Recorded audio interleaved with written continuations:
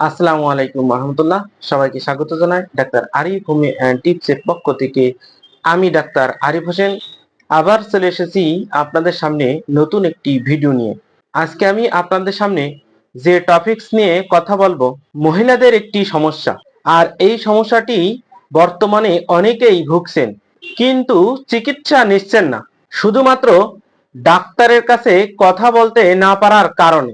অর্থাৎ তারা মনে করেন এটি একটি লজ্জার কথা, গোপনীয় কথা। আর এ কারণেই অনেক মহিলারা এই সমস্যায় ভুগছেন। এতে তারা যেমন শারীরিক কষ্টে ভুগছেন, ঠিক তেমনি মানসিক যন্ত্রণাও ভুগছেন। সমস্যাটি হলো মহিলাদের জরায়ু ঝুলে থাকা বা নিচে নেমে থাকা। বিশেষ করে যাদের বয়স একটু বেশি, অধিক সন্তান জন্মদানকারী, তাদের ক্ষেত্রেই এই সমস্যাটি বেশি দেখা যায়। তবে বর্তমানে অল্প বয়সীদের ক্ষেত্রেও এই সমস্যা হতে পারে বা হচ্ছে। বর্তমানে নারীরা এই সমস্যায় বেশি ভুগছেন। আজকের ভিডিওতে জানাবো এই সমস্যাটি, অর্থাৎ জরায়ু সামনের দিকে ঝুলে আসা বা জরায়ু সামনের দিকে নেমে আসা বা বেরিয়ে আসা, এই সমস্যা কেন হয় এবং এর কার্যকরী হোমিওপ্যাথিক ঔষধ নিয়ে আলোচনা করব ইনশাআল্লাহ। তার আগে আজকে আমার এই ভিডিওটি যারা নতুন দেখছেন তাদের উদ্দেশ্যে বলবো, আমি এখানে বিভিন্ন ধরনের রোগের সমস্যায় হোমিওপ্যাথিক চিকিৎসা এবং স্বাস্থ্য টিপস নিয়ে আলোচনা করে থাকি। আমার এই চ্যানেলটিকে অবশ্যই সাবস্ক্রাইব করুন এবং নতুন নতুন ভিডিওর আপডেট সবার আগে পেতে অবশ্যই বেল আইকনটি প্রেস করুন। জরায়ু সামনের দিকে ঝুলে থাকা বা নেমে থাকলে এই ধরনের সমস্যাগুলোই হয়ে থাকে, যথা তলপেটে বা কোমরে ভারী বোধ অনুভূত হওয়া, দীর্ঘক্ষণ দাঁড়ালে বা হাঁটাচলা করলে ব্যথা বেড়ে যাওয়া, তলপেটে টান টান ব্যথা, প্রস্রাবের বেগ বেশি হওয়া বা প্রস্রাব চেপে রাখতে না পারা, কোমর ও পিঠে ব্যথা হওয়া, সহবাসে কষ্ট হওয়া বা ব্যথা করা এবং হাসি কাশি দিলে প্রস্রাবের মতো অনুভূত হওয়া বা প্রস্রাব হয়ে যাওয়া, অতিরিক্ত সাদাস্রাবের সমস্যাও হতে পারে।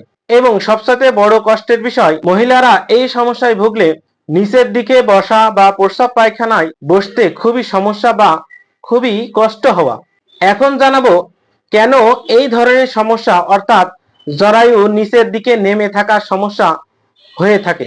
বারবার সন্তান প্রসব, কঠিন প্রসব বেদনা বা দীর্ঘ প্রসব বেদনা, দীর্ঘক্ষণ ভারী জিনিস বহন করা বা তোলা, জরায়ুর পেশি দুর্বল হয়ে যাওয়া, অতিরিক্ত ওজন, বার্ধক্যজনিত সমস্যায় পেশির দুর্বলতার কারণে জরায়ু নিচের দিকে নেমে আসা বা ঝুলে পড়ার সমস্যা হতে পারে।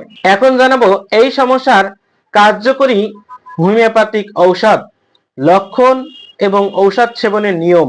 প্রথম যে ঔষধের কথা বলবো, সিপিয়া। যাদের জরায়ু সামনের দিকে ঝুলে থাকার মতো দেখায় বা ঝুলে থাকে, তল পেটে ভারী ভাব বা ব্যথা, ভেতরে যেন সবকিছু নিচের দিকে নেমে আসছে এমন মনে হওয়া, দাঁড়ালে কষ্ট বাড়ে, বসলে বা শুয়ে থাকলে কিছুটা আরাম পায়, তাদের জন্য উপযোগী সিপিয়া। সিপিয়া 30 বা 200 শক্তি ব্যবহার করা হয়ে থাকে। 2-1 ফোঁটা করে সামান্য পানি সহ বা 5-6 বড়ি করে সকাল সন্ধ্যায় খালি পেটে 10 থেকে 15 দিন এই ঔষধ খেতে হবে। জরায়ু নিচের দিকে নেমে আসা বা ঝুলে থাকার দ্বিতীয় নম্বর যে ঔষধের কথা বলবো সেটি হলো লিলিয়াম টিক। তলপেটে টানা ব্যথা অনুভব হওয়া, মনে হয় জরায়ু ভিতর থেকে বের হয়ে আসতেছে, তাড়াহুড়া করে বসতে ইচ্ছা করে, সাথে মানসিক অস্থিরতা ও বিষণ্ণতা থাকলে এবং বয়স একটু বেশি হলে লিলিয়াম টিক ঔষধটি বেশ উপকারী ঔষধ, বিশেষ করে জরায়ুর নিচে দেখে নামার ক্ষেত্রে। লিলিয়াম টিক 30 শক্তি 2-1 ফোঁটা করে বা 5-6 বড়ি করে সকাল সন্ধ্যায় 15 থেকে 21 দিন এই ঔষধ খেতে হবে। তৃতীয় নম্বর ঔষধটি হলো হেলেনিয়স। জরায়ু দুর্বল হয়ে ঝুলে পড়া, তলপেটে ভারী ব্যথা অনুভব হওয়া, যেন মনে হয় কিছু একটা টেনে নিচের দিকে নামিয়ে নিয়ে আসছে এমন অনুভূতি হওয়া, প্রচন্ড ব্যথা ও দুর্বলতা।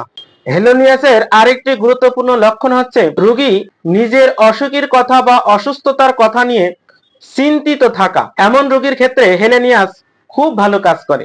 30 বা 200 শক্তি 2-1 ফোঁটা করে সামান্য পানি সহ বা 4-5 বড়ি করে সকাল সন্ধ্যায় 7 থেকে 10 দিন খেতে হবে। আশা করি আজকের এই ভিডিওটি থেকে জরায়ু নিচের দিকে নেমে আসা বা ঝুলে থাকার সমস্যা, এই সমস্যার কারণ এবং হোমিওপ্যাথিক ঔষধ সম্পর্কে ধারণা পেলেন।